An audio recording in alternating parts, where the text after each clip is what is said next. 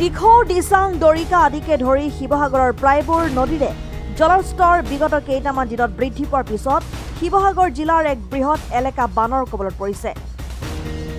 শিৱসাগৰ নগৰৰ সমীপৰ নপাম গাঁও, শালমৰীয়া গাঁও, কোঁৱৰপুৰ, দিচাংমুখ, দিখৌমুখকে ধৰি জিলাখনৰ ৩টা ৰাজহ চক্ৰৰ ৫৫খন গাঁও বাঢ়নি পানীয়ে বুৰাই পেলাইছে। চৰকাৰীভাৱে বানত ক্ষতিগ্ৰস্ত লোকসকলৰ উদ্ধাৰ আৰু পুনৰ সংস্থাপনৰ ব্যৱস্থা শিৱসাগৰ জিলা প্ৰশাসনে যুদ্ধকালীন ক্ষিপ্ৰতাৰে আৰম্ভ কৰিছে। উদ্ধাৰ কাৰ্য সঠিকভাৱে সম্পন্ন কৰাৰ বাবে NDRF বাহিনী জিলাখনত নিয়োজিত হৈছে। এই বাহিনীয়ে ৰবৰৰ নাও লৈ বানাক্ৰান্ত অঞ্চলসমূহৰ পৰা মহিলা আৰু শিশুসকলক উদ্ধাৰ কৰি নিৰাপদ স্থানলৈ স্থানান্তৰ কৰিছে। আনহাতে বানাক্ৰান্তসকলে যাতে বিশুদ্ধ খোৱাপানী, খাদ্যৰ লগতে নিৰাপদ আশ্ৰয় লাভ কৰে তাৰ বাবে প্ৰশাসনে ল'ব লগা ব্যৱস্থাসমূহ তৎপৰতাৰ সৈতে গ্ৰহণ কৰিছে বুলি জিলা দুৰ্যোগ ব্যৱস্থাপনা বিভাগৰ পৰা জানিব পৰা গৈছে। ইফালে মঙলবাৰে অসম চৰকাৰৰ সাংস্কৃতিক পৰিক্ৰমা বিভাগৰ মন্ত্ৰী বিমল বৰাই জিলাখনৰ বানাক্ৰান্ত অঞ্চলসমূহ পৰিভ্ৰমণ কৰি বান পৰিস্থিতিৰ বুজ লয়। তেওঁ চৰকাৰীভাৱে বানাক্ৰান্তসকলৰ উদ্ধাৰ, পুনৰ সংস্থাপন, সাহায্য আদি দিশসমূহ সূক্ষ্মভাৱে পৰ্যবেক্ষণ কৰি জিলা প্ৰশাসনক যাৱতীয় ব্যৱস্থা গ্ৰহণ কৰাৰ নিৰ্দেশ প্ৰদান কৰে। ইতিমধ্যে জিলাখনত ৬টা আশ্ৰয় শিবিৰ প্ৰশাসনৰ ফালৰ পৰা স্থাপন কৰা হৈছে।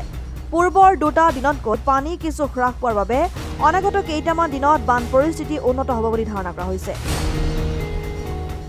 পৰিস্থিতিত ৰাজ্যখনৰ বহুকেইখন জিলাৰ বহু অঞ্চল প্লাবিত হৈছে। শিৱসাগৰ জিলাৰো এই দিখৌমুখ, দিচাংমুখ তথা শিৱসাগৰ চহৰো যথেষ্ট এই পৰিৱেশত ক্ষতিগ্ৰস্ত হৈছে আৰু সেইকাৰণে যাতে জনসাধাৰণৰ জীৱন সম্পত্তি কোনো কাৰণত হানি বিঘিনি নহয় তাৰ কাৰণে চৰকাৰৰ তৰফৰ পৰা সকলোখিনি সতৰ্কতা অৱলম্বন কৰা হৈছে। মাননীয় মুখ্যমন্ত্ৰী ডাঙৰীয়াই প্ৰতি মুহূৰ্তত গোটেই বিষয়টো চোৱা চিতা কৰি আছে আৰু যোৱা ৰাতিয়ে মোক শিৱসাগৰৰ অঞ্চলসমূহৰ ৰাইজৰ ওচৰলৈ আহিবলৈ তেখেতে আহ্বান জনাইছিলে আৰু তাৰ পৰিপ্ৰেক্ষিতত মই আজি আহিছোঁ আৰু সেই ৰাইজৰ লগত বাৰ্তালাপত মিলিত হৈছোঁ। ৰাইজৰ সমস্যা হৈছে বহু ঘৰ এতিয়াও পানীৰ তলত আছে, কিন্তু কিছু উন্নত হৈছে।